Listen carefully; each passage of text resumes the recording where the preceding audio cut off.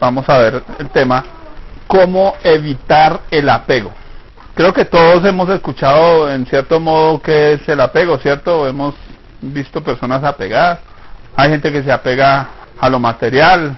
Escuché yo un caso, por ejemplo, de una señora para cumplir sus 100 años. Y la señora se enfermó y pues ya los médicos le dijeron, no, eso ya, ¿qué le vamos a hacer a la señora? Pero los hijos se alborotaron y dijeron, hacemos cerrar el hospital, aquí hasta bomba les ponemos y no la entuban ni le hacen alguna cosa y la mantienen viva. Y entonces los médicos dijeron, bueno, nosotros la entubamos y toda esa cosa, pero ustedes son los que van a pagar porque eso vale una millonada y realmente que le sirva a la señora y mantenerla viva de manera artificial y una señora que ya no quiere vivir, pues peor. Y uno piensa hasta qué punto llega el apego de la gente y cómo se ciega una persona y se aferra a algo o a alguien. Veía yo por ahí una caricatura en internet que me llamó la atención y está Cristo rescatando a alguien que está colgado de una rama, pero ese alguien tiene el costal con todos los corotos ahí en la mano y entonces el Señor les está diciendo, suéltalo a poderte levantar. Y me llama la atención porque creo que así estamos muchos, ¿cierto? Nos apegamos a ciertas cosas y eso no permite que avancemos más. Entonces, Isaías 52:2. Sacúdete del polvo, levántate y siéntate, Jerusalén. Suelta las ataduras de tu cuello, cautiva, hija de Sión. Dios arranca diciéndole algo al pueblo. ¿Qué? Sacúdete del polvo. Y luego le dice, levántate, siéntate y suelta las ataduras de tu cuello. ¿Cómo está ella? Está cautiva, amarrada, tiene una atadura en su cuello. ¿Qué hace una atadura en el cuello de alguien? No le permite andar, no le permite avanzar. Entonces nos encontramos con personas así, ¿cierto? Que aunque ya son libres, todavía tienen ¿qué? Ataduras en su cuello. No quieren soltar su condición, su situación. Ahora, encontré unas frases, esta es anónima, dice lo siguiente: la libertad comienza cuando te desprendes de todo aquello y de todos aquellos que no te dejan sentir libre. Cuando usted está con alguien y usted no se siente realmente libre, si usted se siente ahí amarrado, ¿qué tiene? Tiene apego. Otra frase dice, todo fluye, todo se diluye, lo que tiene principio tiene fin, lo nacido muere y lo compuesto se descompone, todo es transitorio, insustancial y por tanto insatisfactorio, no hay nada fijo a qué aferrarse. Me llama la atención, ¿por qué? Porque él está hablando de que todo aquello a lo que nos aferramos finalmente va a perecer. Usted se agarra un palo y no lo suelta, pues perdóneme, van a pasar los años, va a llover, el palo se va a podrir y un día de todas formas ese palo no le va a servir para agarrarse de ahí. Todo se acaba, todo termina y eso es lo que hace que el apego sea un absurdo, porque finalmente el que se apega a la vida, ¿qué? Un día se muere. El que se apega al familiar, pues así que tenga 100 años, igual se va a morir. Creo que cuando mi mamá falleció, nos ponemos a mirar puntillas que llevaban ahí 40 años. Y uno dice, ¿y para qué? Cierto que antiguamente los papás hacían eso. Esto sirve para alguna cosa. Y 30 y 40 años después, sí, claro, sirve para hacer basura. No sirve para más. Si la gente aferrada como un tesoro, ¿sí o no? Hay algo interesante en la frase que leo que me llama la atención. Y es que aferrarnos produce insatisfacción. Que eso jamás nos va a hacer sentir llenos o completos. Igual se va a cansar. Ahora, estas sabias palabras nos enseñan algo, que el apego está lejos de ser o sentirse libre, feliz o completo. Por el contrario, quien se ha apegado a alguien se ha hecho un apéndice del otro, sea alguna persona, objeto, creencia, sistema de pensamiento o cualquier otra, porque no solo nos apegamos a personas, ¿cierto? Nos apegamos a cosas. ¿Cuántos han escuchado esa frase? Es que a mí me enseñaron que era así. Eso es un apego. Ahora, gran parte de la insatisfacción experimentada por el individuo apegado es porque Dios no comparte su gloria con nadie. Generalmente cuando alguien se apega a otra cosa, lo está haciendo su Dios. Eso es idolatría. Y entonces Dios hay algo que no comparte, su gloria. Isaías 42:8. Yo Jehová, este es mi nombre, y a otro no daré mi gloria ni mi alabanza a esculturas. O sea, que de alguna manera Dios ha puesto en todo ser humano un tipo de sensor que le advierte al individuo que está recurriendo a otros dioses. ¿Qué significa? Hay un vacío en el corazón que no lo puede llenar sino Dios. Y es cierto que la gente se apega porque tiene ese vacío en el corazón. Y el único que lo va a llenar es Dios. Cuando damos el curso prematrimonial, generalmente hablamos de algo interesante, y es, si usted busca una persona para llenar su corazón, va a tener un problema. ¿Por qué? Porque esa persona no va a lograr llenar su corazón. ¿Qué debiera hacer alguien entonces para buscar pareja? Primero, llenar su corazón de Dios. Porque cuando tiene su corazón lleno de Dios, va a poder antes es dar, en vez de estar esperando recibir lo que no va a lograr que el otro le dé, lo que nunca va a pasar. Pero el ser humano, ¿cómo quiere llenar las cosas? O su corazón. Con cosas, con personas, con momentos, situaciones, etcétera. Isaías 57:1-13. Pónganle cuidado a este texto. Perece el justo y no hay quien piense en ello. Y no hay quien entienda que de delante de la aflicción es quitado el justo. Entrará en la paz, descansarán en sus lechos todos los que andan delante de Dios. Mas vosotros, llegados acá, hijos de la hechicera, generación del adúltero y de la fornicaria, ¿de quién os habéis burlado? ¿Contra quién ensanchasteis la boca y alargasteis la lengua? ¿No sois vosotros, hijos rebeldes, generación mentirosa, que os enfervorizáis con los ídolos debajo de todo árbol frondoso, que sacrificáis los hijos en los valles debajo de los peñascos? En las piedras lisas del valle está tu parte, ellas son tu suerte, y a ellas derramaste libación y ofreciste presente. ¿No habré de castigar estas cosas?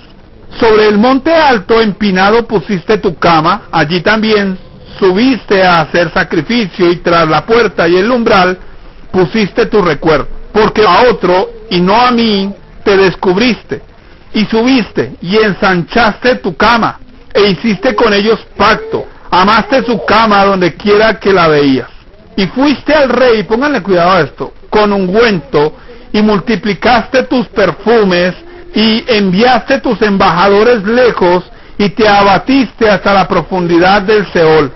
En la multitud de tus caminos te cansaste. Pero no dijiste, no hay remedio. Hallaste nuevo vigor en tu mano, por tanto no te desalentaste. ¿Y de quién te asustaste y temiste que has faltado a la fe? ¿Y no te has acordado de mí, ni te vino al pensamiento? ¿No he guardado silencio desde tiempos antiguos y nunca me has temido? Yo publicaré tu justicia y tus obras que no te aprovecharán. Cuando clames que te libren tus ídolos, pero a todos ellos llevará el viento, un soplo los arrebatará. Mas el que en mí confía tendrá la tierra por heredad y poseerá mi santo monte. Aquí él está expresando que ellos tienen ¿qué? Ídolos. Pero sus ídolos, ¿qué hacen? Vamos a leer. Versículo 10. En la multitud de tus caminos te cansaste, pero no dijiste. ¿Qué esperaba Dios que hicieran ellos? Que dijeran algo. No hay remedio. O sea, ¿qué era lo que ellos tenían que llegar a decir un día? No hay remedio. Ellos dijeron, sí, si hay salida, por algún lado la encontramos, sí hay remedio. Y entonces dice, hallaste nuevo vigor en tu mano, por tanto no te desalentaste. O sea, ¿qué esperaba Dios que hicieran? Que se desalentaran. Y entonces, ¿qué hicieron? ¿Y de quién te asustaste y temiste que has faltado a la fe? O sea, que porque ellos cogieron nuevas fuerzas que no tenían fe. Y no te has acordado de mí ni te vino al pensamiento. Y entonces Dios dice, no he guardado silencio desde tiempos antiguos y nunca me has temido. Yo publicaré tu justicia y tus obras que no aprovechan. Y cuando clames que te libren tus dioses, dice, pero a todos ellos llevará el viento. ¿Qué implica eso? Que ellos estaban aferrados ¿a qué? A sus dioses. Entonces tomaban nuevas fuerzas, pero ¿a qué no estaban aferrados? A Dios. Si usted no está aferrado a Dios, usted está pegado a otra cosa. Punto. Cuando la Biblia dice no podemos servir a dos señores, una de dos: o usted está aferrado a Dios o está aferrado al hombre, o a las cosas materiales, o a usted mismo, a sus propias fuerzas, o a sus propios conocimientos, etcétera, etcétera, etcétera. Pero Dios dice algo. ¿Qué va a hacer Él con eso? Dice: un soplo los arrebatará. Pregunta: ¿cómo elimina usted el polvo? Con un soplo. Usted sopló y se fue. El apego nos hace apegarnos a algo que es polvo, efímero, que no le agrada a Dios, que Dios no quiere que tengamos, porque cada vez que estamos aferrados a algo, apegados a algo, estamos teniendo ídolos y no estamos confiando en Dios. Ahora, vamos a mirar entonces la definición de apego. Apego viene del hebreo dabak, significa agarrar, pegar, unir, aferrarse o adherirse. Su raíz significa cola o pegamento y se refiere a una unión no natural, es artificial o es externa. Resulta que hay formas hoy en día en que pegan las cosas. Hay dos formas, digamos, en la química. Usted va a pegar una bolsa con otra. Usted puede tomar pegamento y le aplica a las dos partes y las une. Hace muchos años descubrieron el famoso ultrasonido. Unen las dos bolsas, aplican ultrasonido, y el ultrasonido, ¿qué hace? Derrite parte de una bolsa y de la otra, y eso hace que se adhiera. Por eso, por ejemplo, los muñecos de plástico, esas pelotitas de plástico están tan bien unidas con el mismo plástico. Eso es una unidad mucho más profunda que la que se da con el pegante. Es más fácil, si usted une una pelota con pegante, es más fácil que se le despegue, pero si la une con ultrasonido, esa vaina no se va a despegar, porque se generó una unidad perfecta, digamos, de partículas ya más profunda. Entonces, cuando hablamos del apego, estamos hablando obligatoriamente de una unión que no es natural, que es impuesta, que es obligada. Ahora, en su sentido negativo, que es el de nuestro interés hoy, se usa bajo una declaración del Salmo 119:25. Me llamó la atención eso.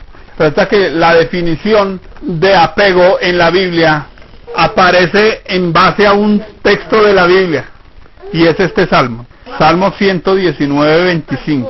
En otras versiones dice: mi alma está pegada al polvo, pero de esa misma raíz sale la palabra abatimiento, y vuelve y aparece nuestra otra palabra. ¿Cuál? Polvo.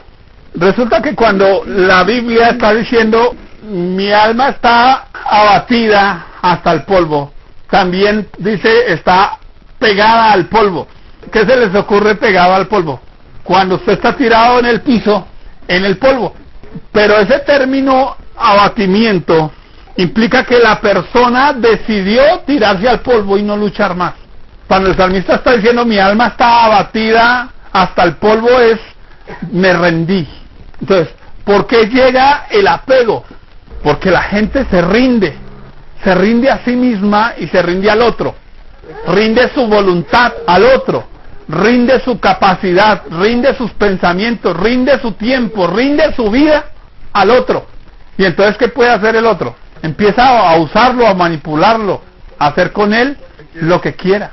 Pero ¿a qué está apegado el salmista? Al polvo. De nuevo, a algo de lo que no se puede fortalecer. O sea, está agarrado de lo que se le va a ir entre las manos, no le va a servir. Cuando sople Dios, no va a tener polvo de donde agarrarse. No sé si es claro esa parte. Por eso en el versículo 13 de Isaías dice: cuando clames que te libren tus ídolos, pero a todos ellos llevará el bien. Porque cuando el salmista se abate, o sea, se tira al polvo y dice no lucho más, en un sentido le está diciendo a Dios no confío en ti. Y por eso se está pegando al polvo. Por eso está ahí aferrándose a algo que no le va a servir para nada, que lo detiene o estanca. Este texto está dándonos la importancia de este tema del apego. Porque le hago la pregunta: ¿a qué se apega usted? ¿A qué se aferra usted? Eclesiastés 3:20 dice lo siguiente: todo va a un mismo lugar, todo es hecho del polvo y todo volverá al mismo polvo. ¿De qué sirve apegarse? ¿Por qué apegarnos? Entonces vamos a mirar consecuencias del apego. El verdadero problema del apego es cuando se convierte en control, manipulación, aprobación o posición de una dependencia obsesiva de los entes externos. Quiere decir que la persona que se apega generalmente termina dependiendo de los demás, termina siendo manipulado por los demás, pero de buena gana, termina siendo controlado por los demás, siendo esclavo de los demás. En ese sentido, el apegado se vuelve un enfermo emocional, porque depende emocionalmente del otro. Si no veo al otro, si no lo llamo 3 veces al día, si no le veo la cara al menos en una semana, ya tengo un problema. En contraste con esta realidad, nunca debe confundirse, escúchenme, amor con apego, porque el apego es enfermizo, exigente y posesivo. El amor es libre y es liberador. Leía yo una frase hace muchos años, dice: el que te ama te enseña para dejarte luego en libertad. ¿Qué tenés cuando alguien te enseña? Para esclavizar y no te da libertad. La Biblia distingue algunas formas de apego. Entonces, la primera, apego a una pasión, un deseo, a un gusto, etcétera. Génesis 34:8. Amor es un tipo que en la época de Jacob vio una muchacha y le fascinó, y el tipo fue y abusó de la china sexualmente. El tipo quedó flechado, le gustó el asunto, pero viene y les dice a los hijos de Jacob esta frase: el alma de mi hijo Siquén se ha apegado a vuestra hija. ¿A qué estaba apegado amor?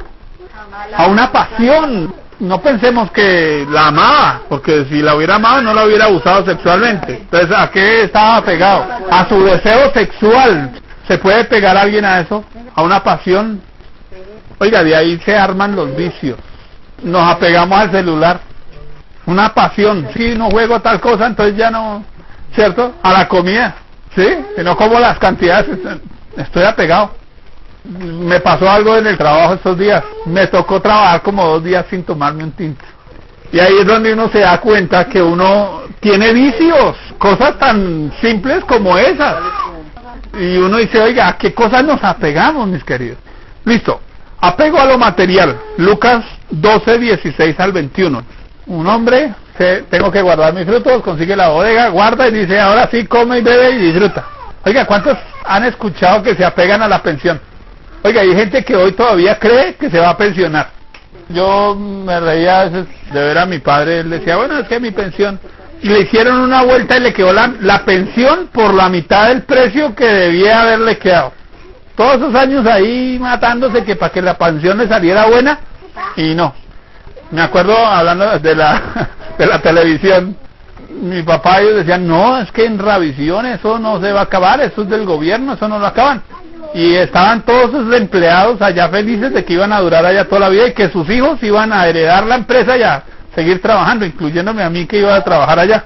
Y un día el gobierno dijo: vamos a vender en Ravisión, y se acabó Pero la gente apegada, aferrada, un monumento a la desidia gubernamental, ¿cierto? Pero nos aferramos a eso. Tienen un televisor, así sí ha dañado, estartalado, pero ahí desde que me dio, pero ahí lo tienen para conseguir uno nuevo y no lo consiguen, pero se apegan a ese viejo. Tienen una olla, ya la han mandado reparar 3 veces allá con el señor. ¿Qué pasa? Mire, con aluminio le reparo la ollita. Es que esta fue la que me heredó mi abuelita, y ahí tienen la ollita de la abuelita de hace 60, 70 años. ¿A qué están apegados?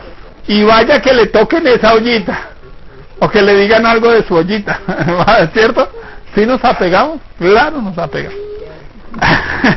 Que se mete con la olla, mete con mi abuelita. Apego al poder. Éxodo 5:1. Oiga, allá está Moisés tratando de ayudar a desapegar a alguien de su lugar. ¿A quién? Al faraón. Oiga, ¿no se parece eso a nuestros queridos vecinos? ¿Por qué Maduro no quiere soltar ¿a qué está pegado? Al poder. Porque plata tiene para vivir todo el resto de la vida. ¿Cuántos se apegan a eso? Al poder, al lugar que tienen. Yo creo que hemos visto personas llegar a un punto en que ya no tienen empresa, ya no tienen empleados, pero ahí apegado, aferrado a las máquinas ahí, en vez de venderlas, moverse, hacer otra cosa. Pero dicen: no, es que con esta fue que compré mi casita y mi carro, y entonces no, se entierran en vida con sus máquinas y con sus cosas, que no quieren perder el poder. Apego al reconocimiento, la fama. 1 Samuel 15:26. Una imagen de un hombre apegado, Saúl lo agarró de la falda, así como la expresión de la, no te vayas, chao, ¿cierto? Apegado al chao, ¿sí? O el que se le arrodilla a la señora para que no se vaya, o al hijo para que no se vaya a la casa. ¿Cómo está? ¿Cierto? Aferrado al reconocimiento. Más adelante él dice, hónrame delante de mi pueblo. ¿Qué le interesa? Desde que me alaben y me honren, ¿sí? Versículo 30. Tremendo. En una congregación, una persona, en un liderazgo, lo pisotean, le dicen, lo maltratan, se le oponen, pero él dice, no, yo no me voy porque no, que es que yo soy líder. Y entonces por su título de líder, se queda. No quiere perder la posición o el reconocimiento, la fama, el lugar. Apego a la familia. Génesis 12, 1 y 4. Ese es el más clásico, ¿cierto? Don Abraham con ese pegostre llamado Lot. Sí, sobrinito para arriba, sobrinito para abajo. Nos apegamos a la familia, ¿cierto? Las mamás a los hijos, el esposo a la esposa, el novio a la novia, los hijos al papá, ¿cierto? Hay hijos que se apegan tanto que llevan 50 años y no se han ido de la casa, ¿sí? Apego a los títulos y conocimientos. 1 Corintios 3:18. Entonces el que quiere ser sabio necesita desprenderse de algo. ¿De qué? De lo que ya sabe. Hay gente que dice, pero es que a mí me lo enseñaron así, a mí me lo dijeron así, así, y están apegados a un conocimiento. Es que yo lo entiendo, es así, no así. Pues no aprender. Apego a un oficio. Lucas 5:28 se los voy a leer. Después de estas cosas salió y vio a un publicano llamado Leví sentado al banco de los tributos públicos y le dijo, sígueme, y dejándolo todo se levantó y le siguió. Me llama mucho la atención cómo Leví toma su profesión y dice, no, si Dios me dice sígame, lo sigo. Apego a la religión. Mateo 7:9. Les decía también, bien invalidáis el mandamiento de Dios para guardar vuestra tradición. Y el último es apego a la vida. Primera de Reyes 21, solo se las cuento. La Biblia dice que Dios le dice a un rey que se va a morir. ¿Sabe qué hace ese rey? Dice, se voltea en la cama y dice, Dios, dame más vida, no me quiero morir. Y Dios en su misericordia le dice 15 años más. ¿Y sabe para qué le sirvieron esos 15 años? Para embarrarla. Vamos a mirar dos tipos de apegos. Existe un apego positivo. Entonces cuando hablamos de un apego positivo estamos hablando de interdependencia. ¿Qué es interdependencia? Que todos necesitamos de todos. Y eso implica que ninguno es una isla en el mundo. Dentro de esta categoría encontramos principalmente a quienes, a los bebés, los ancianos y los desvalidos. Porque ellos sí necesitan en cierto sentido apegarse a otros, porque ¿cómo se valen solos? ¿Se vale solo un bebé? No, ¿qué necesita? Por eso el bebé se apega tanto al papá o a la mamá, porque necesita ayuda, ¿no? También el amor equilibrado que busca la ayuda correspondiente de otros. Eso implica el amor, el suspirar por la persona más, ¿cierto? Y el valorar genuinamente a otra persona. Sin embargo, debemos cuidarnos de caer en la codependencia. Entonces, ¿qué es la codependencia? Que el cuidandero del enfermo se enferma con el enfermo. Que si no soy yo el que lo cuida, entonces nadie más lo puede cuidar. Entonces ya eso es un tipo de apego enfermizo, ¿cierto? Y hablando del apego negativo, voy a hacer una parte adaptada del libro Amar o Depender de Walter Rizzo. Entonces voy a leer. El apego negativo se basa en un tipo de dependencia absoluta y se manifiesta en la incapacidad de actuar, expresarse o decidir con genuina libertad, siendo la entrega ciega a otro. Entonces quien se apega, ¿sabe qué pasa? Deja de pensar, se vuelve ciego, ya no decide por sí mismo. Mira al otro a ver el otro qué dice. ¿Será que sí le hago? ¿Será que no le hago? Estaba en un sitio y le dije, bueno, vamos a hacer tal cosa, necesito tal dato. Y ella podía darme el dato y dijo, no, espere a ver qué dice mi marido. Y dije, no, mi hija va a ir al baño, entonces venga, le pregunta a mi marido a ver si me deja ir al baño. ¿Qué es eso? Eso es un apego. Ya no decide con libertad, ya ella no es la que decide. Mire, en mi casa mi esposa decide qué quiere hacer de comida. Yo nunca estoy pensando en eso. Ella nunca me está preguntando, mi amor, ¿y tú qué quieres hoy de comida? ¿Por qué? Porque ella tiene libertad de hacer. Ahora, si yo estoy antojado de algo, eso es otra cosa. Ah, mi amor, estoy antojado de tal cosa. Ah, bueno, es diferente. Pero cuando existe el apego es como si ella todos los días viniera a que yo le dé la minuta de lo que tiene que hacer. Si yo la llamo a ellos 10, 20 veces al día para preguntarle qué hizo, dónde está, con quién habló, con quién no habló, con quién... Eso es apego y es enfermizo. Ahora, El apego surge de la inseguridad, del temor, de la necesidad de sentirse segura. El apego surge también de la manipulación, quiere decir que hay personas que se vuelven apegadas porque otro las ha manipulado tanto que ya anuló. Surge del pensamiento rígido que no acepta cambios. Entonces básicamente una persona se apega porque no quiere ¿qué? Cambiar, o no quiere experimentar cambios, no quiere salir de su zona de confort, de comodidad. Dicho apego roba la fluidez de la personalidad. Ustedes han visto gente que se parece tanto a la otra, ya no los diferencia. Roba la creatividad, roba la espontaneidad. Uno ve mujeres, por ejemplo, en la iglesia, y se comportan ahí al pie del marido como que sí, como que no, pero cuando se van por la vaca, allá se espelucaron, jugaron fútbol, jugaron billar, deshicieron, y uno dice, pero esta es la hermanita, yo no la conocía, ¿sí? ¿De dónde sacó esos dotes? Porque en cierto sentido, como que ella está limitada, o igual pasa con los hombres, porque se sienten en un ambiente libre de la otra persona. Entonces, cuando usted empieza a ver que usted no tiene espontaneidad frente a una situación, frente a una persona, es porque está apegándose, no tiene libertad. Quien se apega a algo o a alguien congela o suprime sus deseos, cediendo arbitrariamente a los deseos del objeto del apego. Ya todo lo que el otro diga se hace, quedando atrapado de su propia trampa, de sus propias pasiones. Ahora, quien se apega, por lo general niega que el objeto del apego es ya tóxico o disfuncional. Sabe que generalmente el apegado a sí mismo no se da cuenta que está apegado. Él no cree que eso es enfermizo. Él cree que eso es normal. Llega el otro personaje, lo trapea, le hace, le dice, y el otro, sí, eso es normal. Ella siempre, o él siempre me trata así. Y es siempre una señal de no aceptación, de no estar dispuesto a que las cosas sean como son, o a ver la realidad. Quiere decir, se ha hecho una vida de fantasía. El apego es negativo cuando se adoptan de buena gana entes destructivos de la valía personal. Quiere decir que el apegado, ¿qué hace? Empieza a sentirse que vale más el otro, y como vale más el otro, yo no valgo. Yo soy el trapo sucio de la casa. Las mamás que están apegadas al hijo, los hijos hacen y deshacen con la mamá, y la mamá, sí, mi amor, sí, papito. Generalmente el apego es negativo cuando se adoptan de buena gana entes destructivos que permiten el abuso, la esclavización o el permitir patrones destructivos contra su propia vida. Y generalmente la persona apegada acaba incluso con los mecanismos de defensa primarios. ¿Qué significa? Que deja de defenderse. Y así como el saturnino, sí, mi amor, ya la hora losa, sí, mi amor, ya trapian, sí, mi amor, sí, ahí está, y ni se defiende. Usted es una bruta, usted es un bruto, usted es tal cosa, sí, mi amor. Eso los lleva a soportar el abuso sin quejarse de ningún modo. ¿Y sabe que la Biblia desaprueba eso? 2 Corintios 11, 19 al 22. Me pareció un texto espectacular. ¿Sabe por qué? Porque dentro del cristianismo se genera a veces más esa subyugación de las personas. Porque es que si usted es cristiano, aguante. ¿Se han escuchado esa frase? Como usted es cristiano, ponga la otra mejilla. Por amor al Señor. ¿Sabe que por amor al Señor Pablo no se aguantó? Y vamos a leer eso. Porque de buena gana toleráis a los necios. O sea, viene un necio y usted se lo aguanta. O sea, viene el payaso del paseo a montarse la fe y usted se lo aguanta.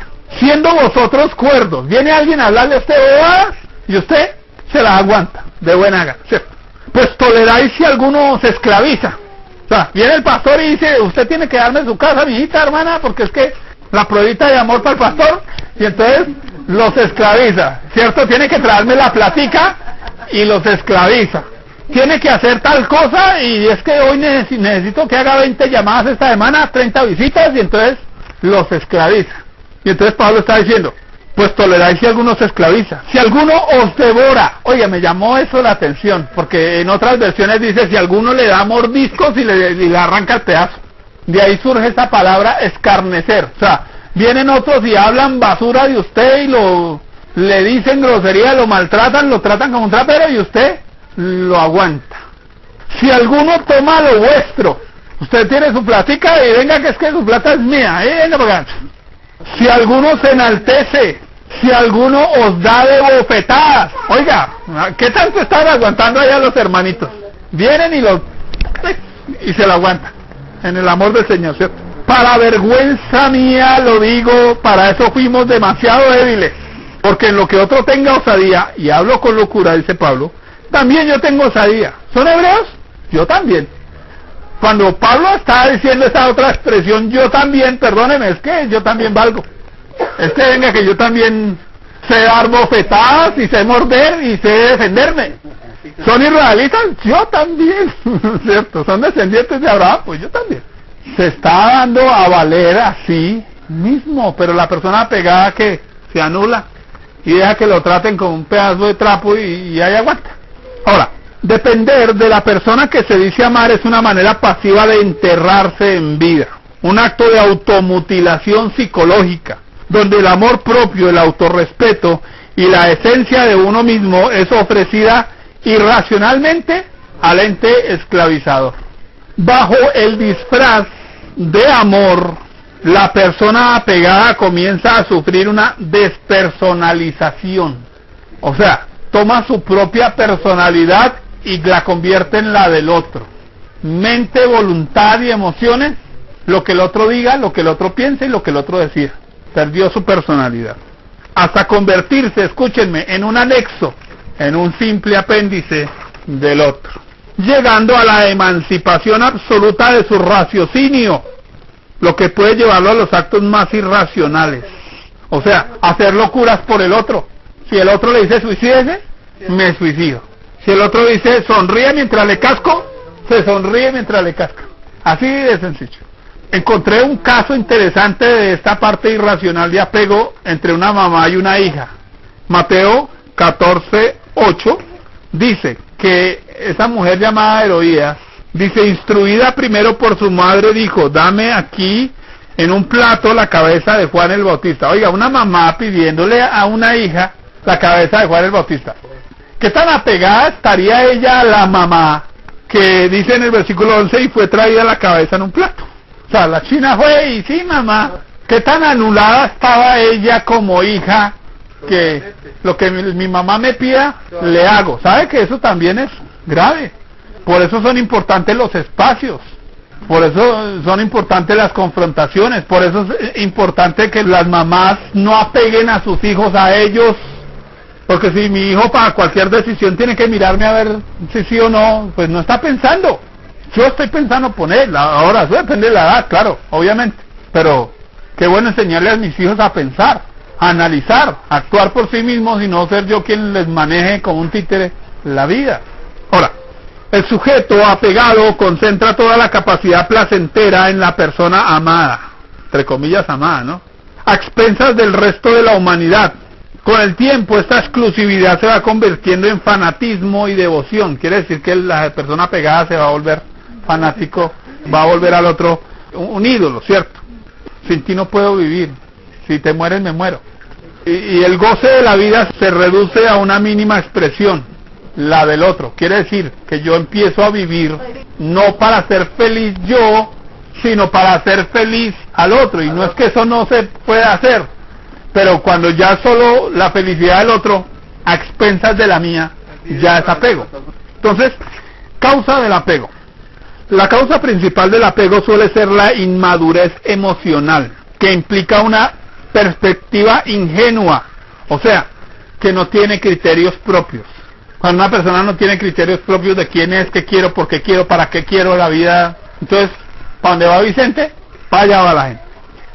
Intolerante, que no quiere enfrentar. Me da miedo ir a enfrentar, que es vivir solo. ¿Será que sí puedo vivir sin televisor? ¿Será que sí puedo vivir sin casa? No quiere esos cambios.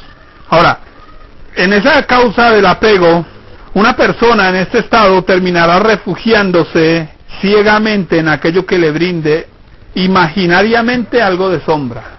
O sea, así se siente algo segura, ¿cierto? Juan 4:16 al 18.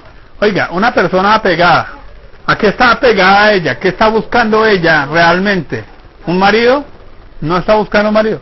¿Qué está buscando? Llenar un vacío emocional de afecto. Y entonces va y busca al primer tonto que se le aparece y ese la decepciona. Y entonces va y busca otro, y el primero que le apareció, y lleva 5 maridos, y el que tiene, tampoco.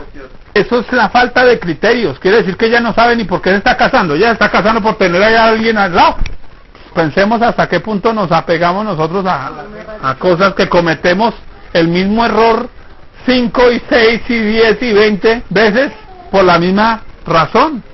Lo infantil reside en la incapacidad de admitir que no se puede. En otras palabras, el yo quiero será más importante que el no puedo.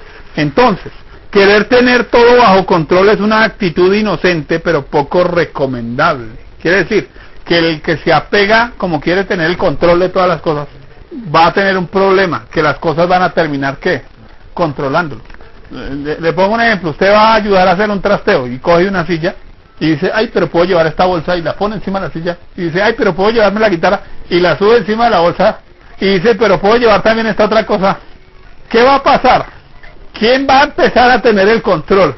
Las cosas, porque ya ahora le pesa mucho, no las puede coger, usted siente que se va a caer con eso, perdió el control.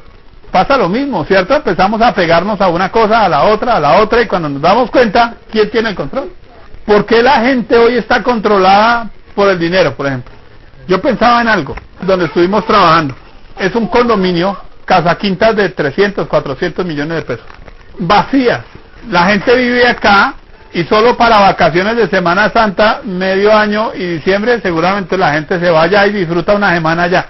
Así que tienen una casa de 400 millones de pesos. Le pagan administración de casi 400.000 pesos a eso. Tienen que pagar servicio, piscinero 300.000 pesos al mes. Y tienen que pagar impuestos de una casa de esas. ¿Quién controla a quién? El otro está trabajando. ¿Y para qué trabaja? Para pagar una vaina vacía durante casi todo un año. Y uno dice, oiga, ¿terminamos controlados? El esquema principal es baja autoeficiencia. Quiere decir que la persona no se siente capaz de cargar consigo misma. No cree que es capaz de vivir sola, de manejarse sola, de controlarse sola, y entonces necesita a alguien al lado. Estas personas necesitan a alguien más fuerte psicológicamente hablando, que se haga responsable de ellas. Este tipo de apego es de los más resistentes, porque el sujeto lo experimenta como si fuera una cuestión de vida o muerte. Aquí no se busca amor, ternura o sexo, sino supervivencia. O sea, la gente se apega para sobrevivir, pero no para amar. No están libres, están respirando con las narices del otro. Primera de Reyes 21, 17 al 19. Me llama la atención aquí, el texto habla de Acab, dice que Acab se enamoró de una viña, y en un sentido él dijo, quiero mi viña, hasta que obtuvo su viña. ¿Sabe que hay gente así? Se vuelve caprichosa, porque es que lo que quiero, y eso es lo que quiero, y cuando lo tengo, entonces ya ahí quedé con eso ahí pegado, y se va a querer apegar a otra cosa. Ahora, la persona, pónganle cuidado, apegada suele reinterpretar, escuchen, expresiones de amor continuas con actos aislados de valoración. Entonces, puede llegarse al pensamiento, pero me compró un vestido nuevo para mi cumpleaños, o me da lo que necesito para los niños, techo y comida y ropa, y con esto compensa cualquier tipo de maltrato. Me trata como un trapero, ay, pero me da sexo. Me trata como un trapero, ay, pero es que él paga para el arriendo. Eso es un claro indicio de eso. Hasta aquí los aportes del libro Amar y Depender. ¿Cómo evitar el apego? Encontré un solo versículo de cómo evitar el apego. Colosenses 3:14. Y sobre todas estas cosas, vestidos de amor, que es el vínculo perfecto. ¿Cuál es la palabra clave ahí? ¿Cuántos se vieron el Avatar? ¿Se acuerdan que ellos tenían como un mechoncito? Y entonces cuando se subían, por ejemplo, a un caballo, ellos cogen la chupita esa y se une al caballo, y entonces se vuelven uno. ¿Y cómo llamaban ese vínculo? ¿Sabe que no he encontrado una definición más práctica? Cuando la Biblia habla de este término, está hablando de un cordón umbilical. Del vínculo, pero ¿qué tipo de vínculo? ¿Qué dice ahí? Que es un vínculo ¿cómo? Perfecto. ¿Por qué? Porque el apego es un vínculo imperfecto. ¿El vínculo perfecto es cuál? Ustedes me lo dijeron. ¿Quiere evitar apegarse? Aprenda a amar. Entienda el amor, porque si usted entiende el amor y aprende a amar, usted no va a estar nunca apegado. El asunto es que la mayoría no entienden qué es amor, porque tienen un mal concepto del amor. Ahora, la palabra vínculo perfecto indica una unidad con las cosas y seres de la vida con los que se puede lograr una armonía perfecta y una armonía que resulta del amor en su estado más puro.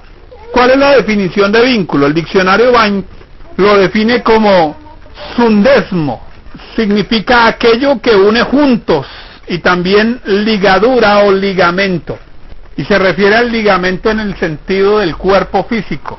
¿Cuáles son los ligamentos del cuerpo? Digamos, aquí está este hueso y cada coyuntura genera un ligamento, una unidad que es perfecta. ¿Por qué es perfecta? Porque resulta que este ligamento de este dedo deja que el otro se mueva. ¿Qué quiere decir? Que le está dando libertad. Porque si fuera un solo hueso, ¿cómo moveríamos el dedo? Ahí hay un ligamento, algo que es perfecto, ¿sí? Hay una aplicación práctica que Pablo está usando y la va a usar en el mismo texto de Colosenses 2:19. Oiga, mire, aquí hay algo interesantísimo. Pablo está hablando de esta misma palabra, de este mismo vínculo, de este mismo ligamento. Pero aquí dice, no haciéndose de la cabeza. O sea, ¿de dónde debe partir el apego? ¿Cuál es la cabeza para el creyente? ¿Sabe que esto nos está indicando algo? Que cuando nosotros nos apegamos a Cristo, nuestro amor se regula. Dios nos une a otros, no nos apega a ellos, nos une. La forma de vencer el apego es apegándonos pero a Cristo. Porque cuando amamos a Cristo, por sobre todas las cosas, las demás cosas van a estar en su sitio. Entonces quien no ama a Cristo 100% va a estar apegado a algo. Eso es así de sencillo. Por eso el Señor dice, el que quiera venir pos de mí, nieguese a sí mismo, tome su cruz y sígame. El que no deja padre, madre, hijos, hermanos, no puede ser mi discípulo.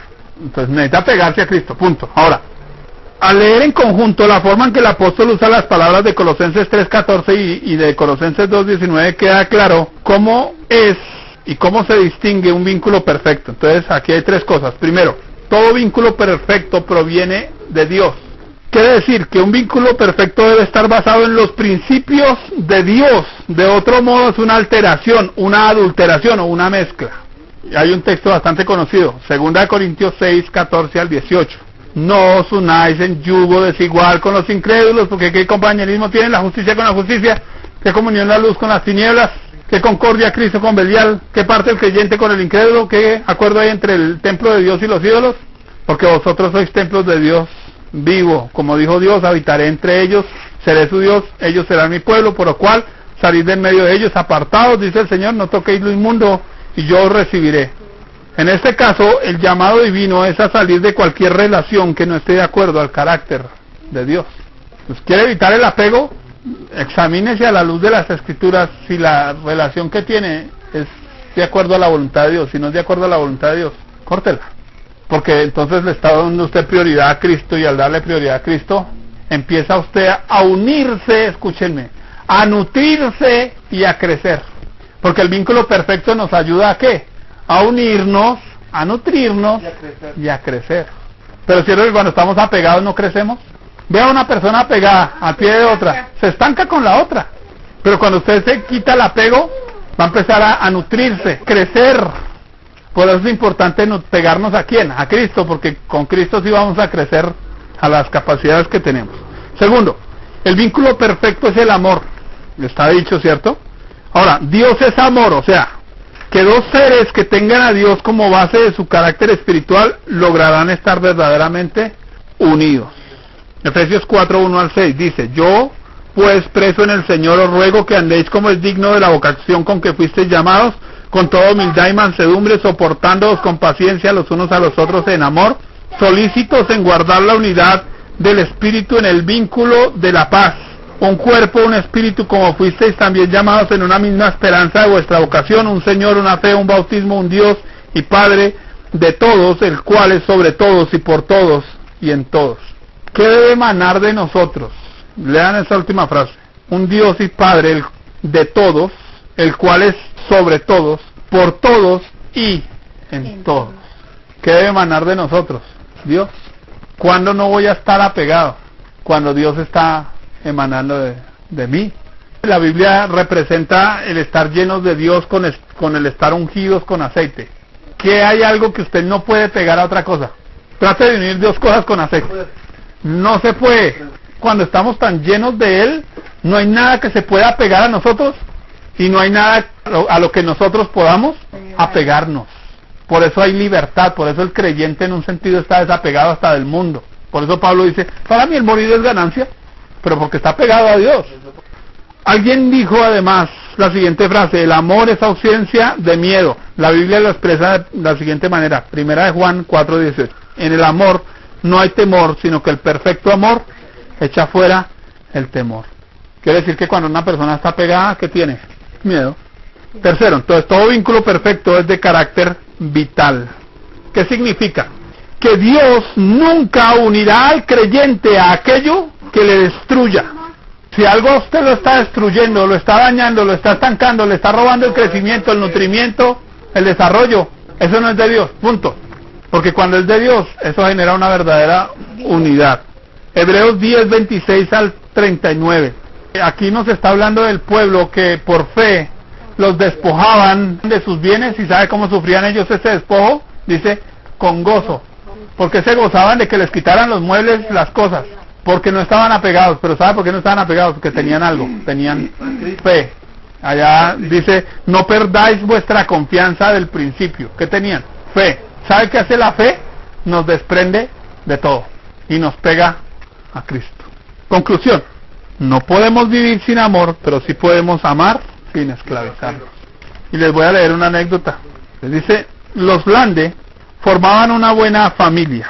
Papá, Tomás, mamá Clara, Tomasito y los mellizos.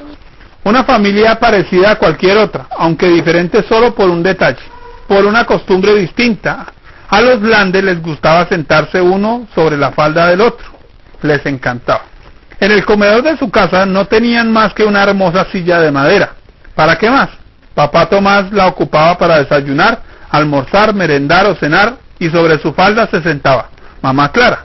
Sobre la falda de mamá se sentaba Tomasito. Sobre la falda de Tomasito se sentaban los mellizos, primero Javier y luego Mónica. Qué divertido era verlos pasándose los platos con la comida.